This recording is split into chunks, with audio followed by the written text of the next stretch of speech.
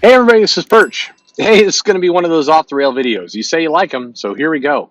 Anyway, I was out bowling with some people who I do some consulting work for and with, and it was nice. But I've come to the conclusion that like nobody really wants to go bowling. When somebody says, "Hey, let's go bowling," what you're thinking in your head is, "I'm going to go get drinks," and then the bowling is kind of just there. You're like, "Oh shit, I guess I got to pick up a heavy ball and like throw it down a narrow tube and try and hit some pins."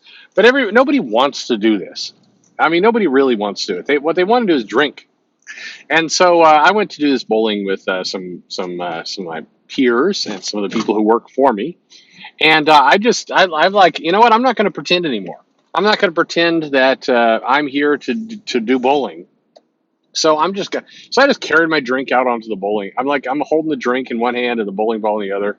I kind of half-heartedly chucked the bowling ball down the alley, but I'm holding the drink the whole time. And I get a crap score. Somebody's like, "Oh, you're not getting a good score." I'm like, "Yeah, but I'm drinking, and that's why I'm here, and that's why you're here. So let's stop the bullshit, right? That's what we're here for." Anyway, comics, right? So, by the way, I want to throw this out there. I've done these videos where it's like, I'm just gonna kind of tell you what's on my mind, and it comes off kind of a rant, and then I'm like, man, I need to make $4 on YouTube ads, so I should put the word rant in the subject line. That'll spike the algorithm, and then I'll get that extra $4, and then I'll take that $4 and I'll pee on it with all the money I make at my actual job, and that's what I'll do because that's how important it is. Sorry.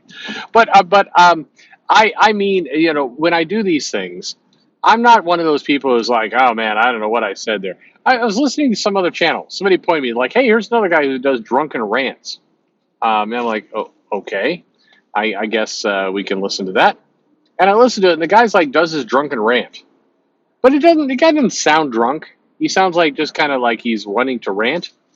And then like a giant pussy, he goes. The next video is like, I didn't mean what I said. I was drunk.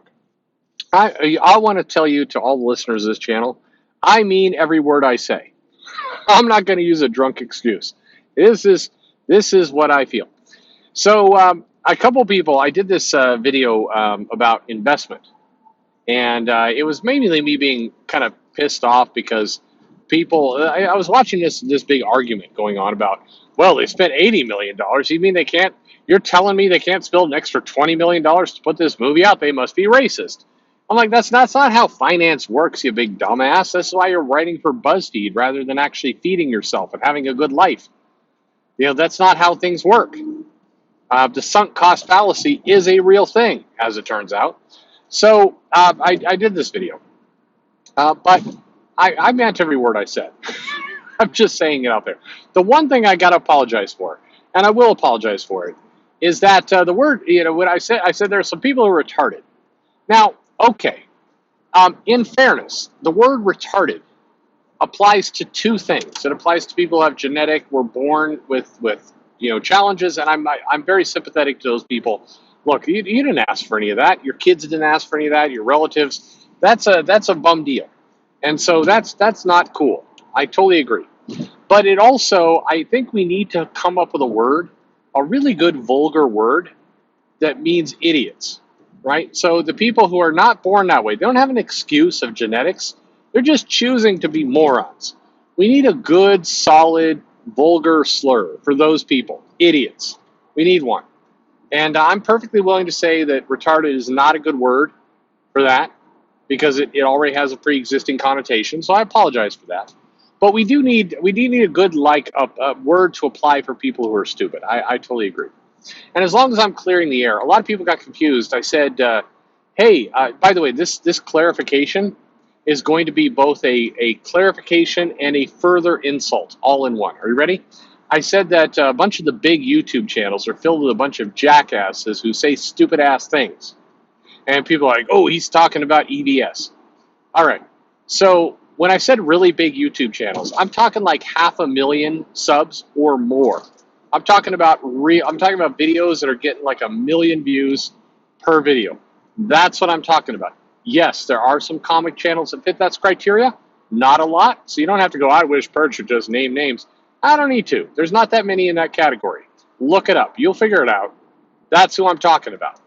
So I don't know if that's a backhanded insult to some of those other channels, but no, I'm talking about big YouTube channels, not YouTube channels with 100,000, 150, 200,000. I'm talking about the big guys who walk around swinging their big YouTube dick around. Those are the people who I was talking about in that video. Anyway, be that as it may. Look, the funny thing about comics, and I've made this point a few times, and I mean it, is that so much of it is disingenuous. And what I mean by this is it always feels to me like people are playing a crazy game. I'll give you some examples here. Heather Ontos, okay? The crazy part about that is this perspective. And please try and understand what I'm saying. You can agree, you can disagree, you can do whatever you want with it.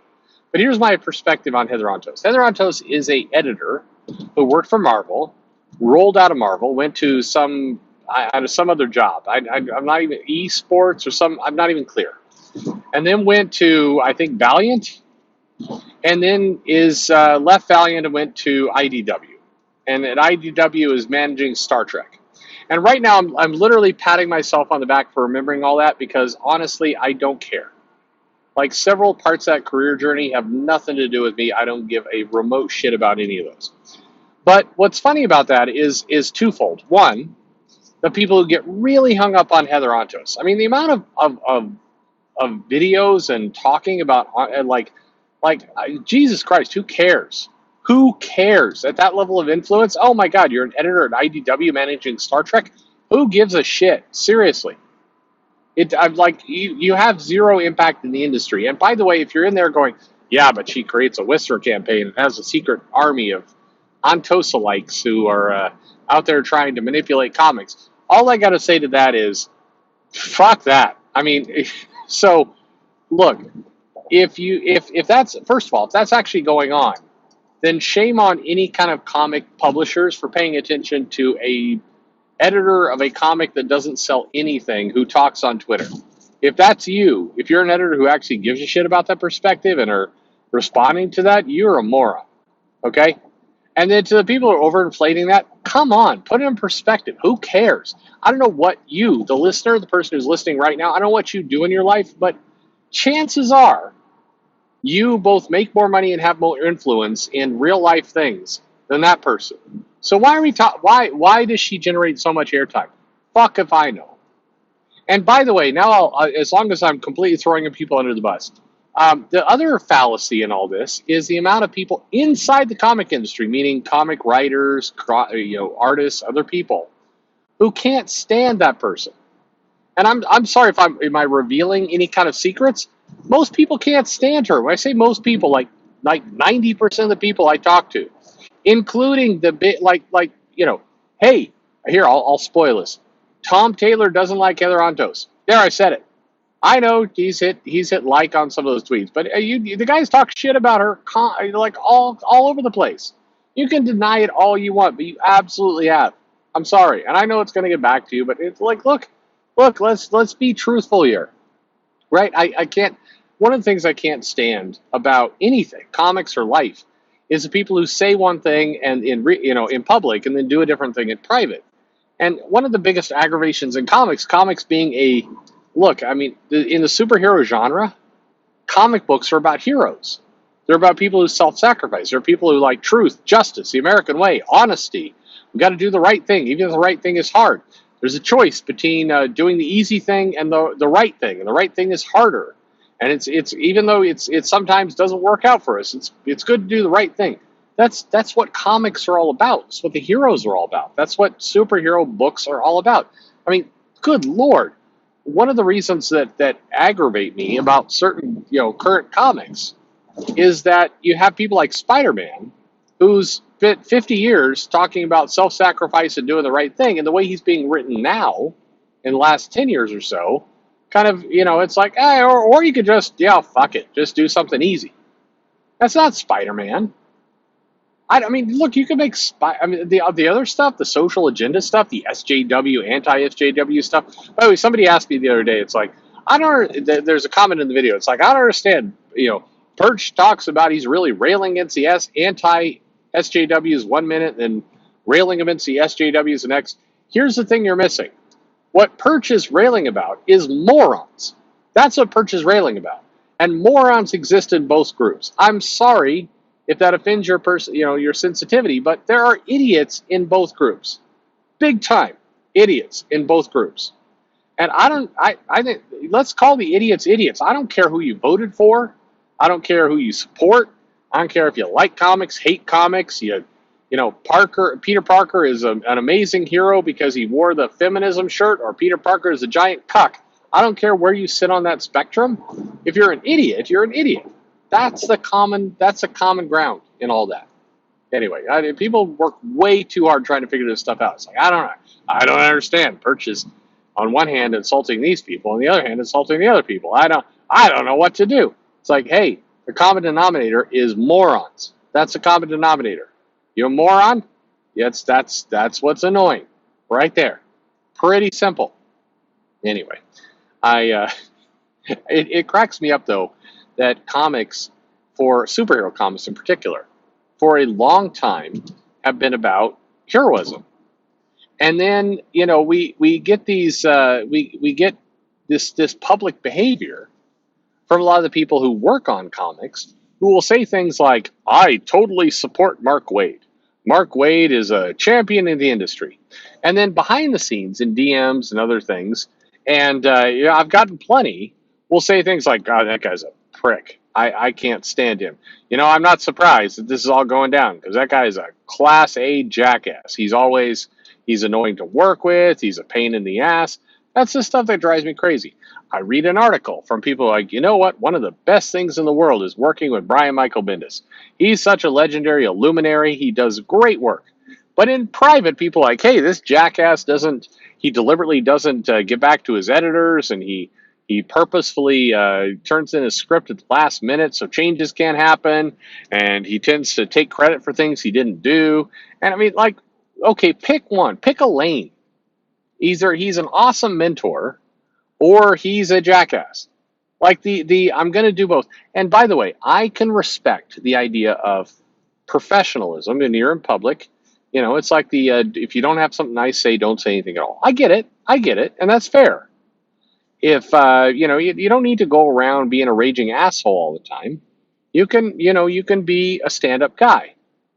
I'm thinking of the various people. All right, I'll say it this way.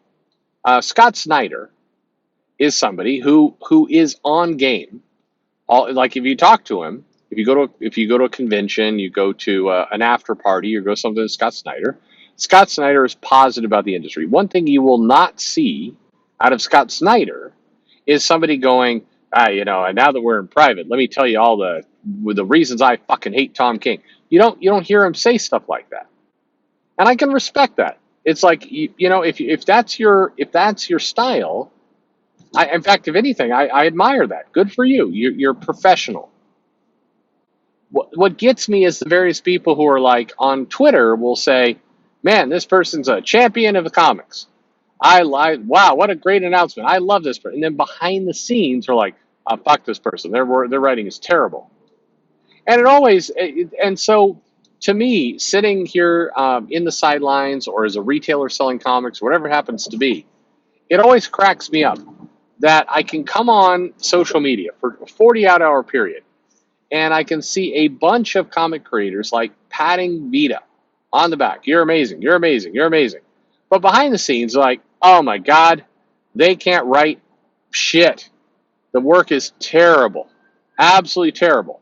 And then go onto YouTube and you get like the Vita is the most gifted, privileged creator in all of comics because they'll give Vita work even when there's no work, even when there's no sales. They'll still give them work. And you go, like, this is all a big swirl. People say one thing in public, they say another thing behind their back, and then the commentary on the outskirts is like, this is the most privileged person in all comics.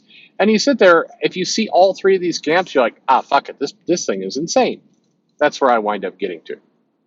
And that's just my perspective. So by the way, and I hope to God some of you who come in and are like, you get really aggravated with some of the things I say. This is where I'm coming from.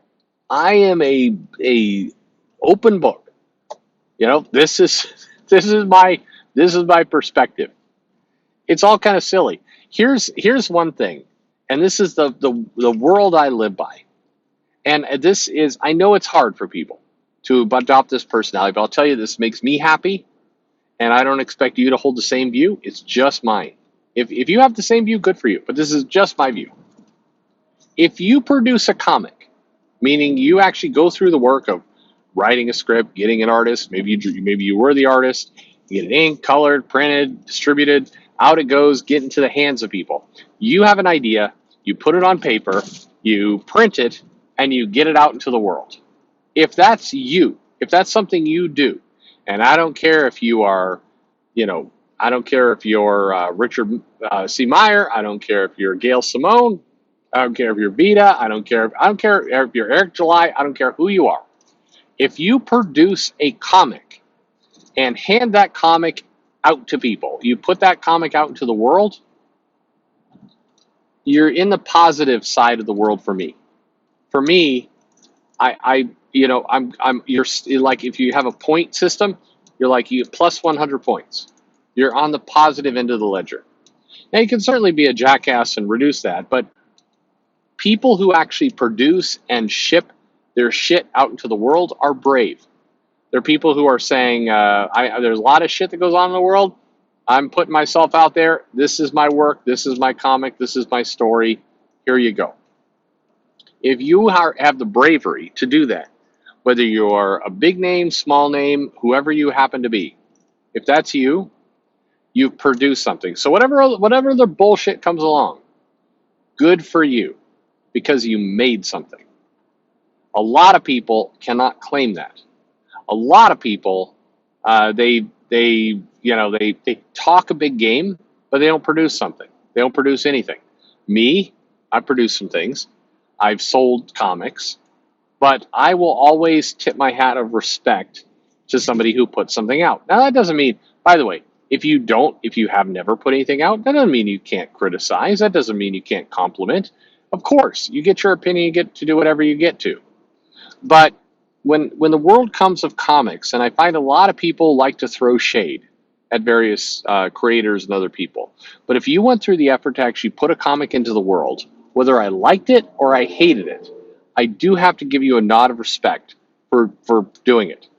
Unless you are that guy who wrote the, was that Dennis Hopeless? Who wrote the comic where the guy was sexually attracted to dogs and then he wound up having sex with somebody who was sexually attracted to rocks?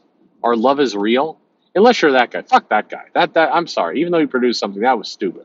But everybody else in the entire world, no, I'm kidding. Even even you. If you produce something, good for you. That's cool. I'm glad you did. Anyway, there's some things I have to get off my chest.